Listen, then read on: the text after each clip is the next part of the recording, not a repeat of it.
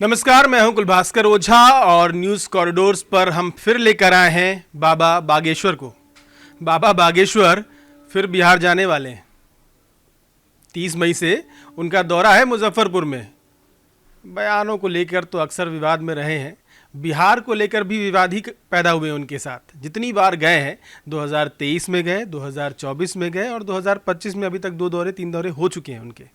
और हर दौरा जो रहा उनका बिहार में विवादित रहा। तो बिहार ब से शुरू होता है, बाबा बागेश्वर ब से शुरू होते हैं और दोनों ब जो है आपस में मिल नहीं पा रहे हैं। कुछ लोचा चल रहा है, क्या है? नहीं, लोचा चलता है तो बार बार दौरा नहीं होता, कोई लोचा नहीं है। अच्छा, बाबा बागेश्वर का हिंदुस्तान के कोने कोने के साथ उनका बहुत अच्छा तालमेल है, ठीक है।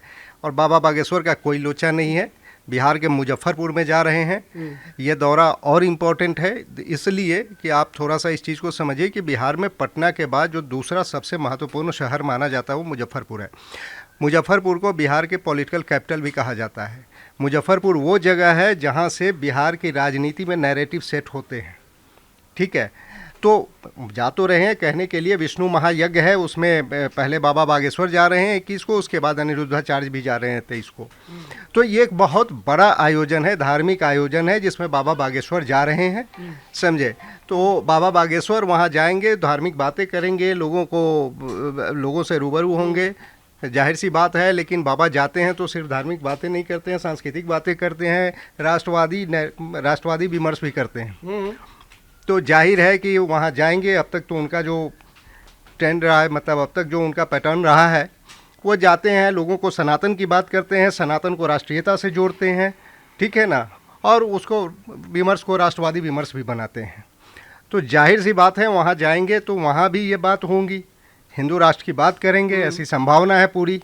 दिक्कत उनके साथ होती है, जातियों की बात जब करते हैं तो जाति की राजनीति करने वाले थोड़ा भड़क जाते हैं। अब दिक्कत तो यही है, मैंने कहा ना कि मुजफ्फरपुर पॉलिटिकली बहुत सेंसिटिव जगह है।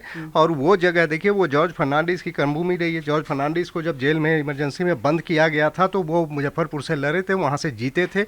मुजफ्फरपुर से ताउम्र उनका। मुजफ्फरपुर पॉलिटिकली बहुत सेंसिटिव जगह है और वहाँ से मैंने कहा कि बहुत राजनीतिक विमर्श आकार लेता है वहाँ से। तो जाहिर सी बात है कि वहाँ जा रहे हैं तो इसका असर पड़ेगा और वो जो विमर्श करेंगे उसकी फिर गूंज सुनाई भी देगी उसकी, और उसका असर भी दिखेगा। असर नवंबर में दिखेगा जब चुनाव है वहाँ पे। और यही डर लग रहा है आरजेडी वालों को, तेजस्वी को, तेज प्रताप को, लालू जी को और उनके सहयोगियों को। यही डर है। ये डर तो बहुत पहले से बना हुआ है। जब बाबा बागेश्वर बिहार गोपालगंज गए थे अपनी हनुमान कथा कहने के लिए, तब भी बहुत लोग भड़क रहे थे। तभी भी आरजेडी हो या फिर तमाम जो दूसरे दल हैं वो इस बात को कह रहे थे कि ये तो भारतीय जनता पार्टी के एजेंट के रूप में काम कर रहे हैं। अब हम इन्हें क्या कहते हैं, बिहार में घुसने नहीं देंगे, बिहार में आने नहीं देंगे, देखें कैसे हनुमान कथा करेंगे। लेकिन बाबा बागेश्वर हैं, हनुमान कथा भी होगी। और जब उन्हें इस तरह की चेतावनी किसी तरह किसी दल से मिलती है तो साफ स्पष्ट तौर पर वो ये भी साफ कर देते हैं कि मैं किसी पार्टी से नहीं बिलोंग करता हूँ, मैं धर्म की राजनीति नहीं करता हूँ, ना मैं जातिगत समीकरणों में बंधकर किसी तरह की राजनीति करता हूँ। मैं सनातन का व्यक्ति हूँ, सनातन परिवार को जोड़कर रखने वाला हूँ। इसीलिए मैं हिंदू राष्ट्र और भारत में सनातनी आस्था जो होती है वही चाहता हूं। और हर बार वो यही बात करते हैं। गोपालगंज से भी उन्होंने साफ मैसेज दिया, हिंदू राष्ट्र चाहिए। उसके बाद अपने गढ़ा गांव में जाकर वो एक गांव का भी शिलान्यास कर देते हैं, हिंदू गांव बना देते हैं। अब उसके बाद अब सीधा पहुंच गए हैं मुजफ्फरपुर। और मुजफ्फरपुर, जैसा कि शैलेंद्र जी ने कहा कि पॉलिटिकली बहुत ज्यादा इंपॉर्टेंट हो जाता है, जातिगत समीकरण वहां पर ज्यादा साधने की कोशिश होती है।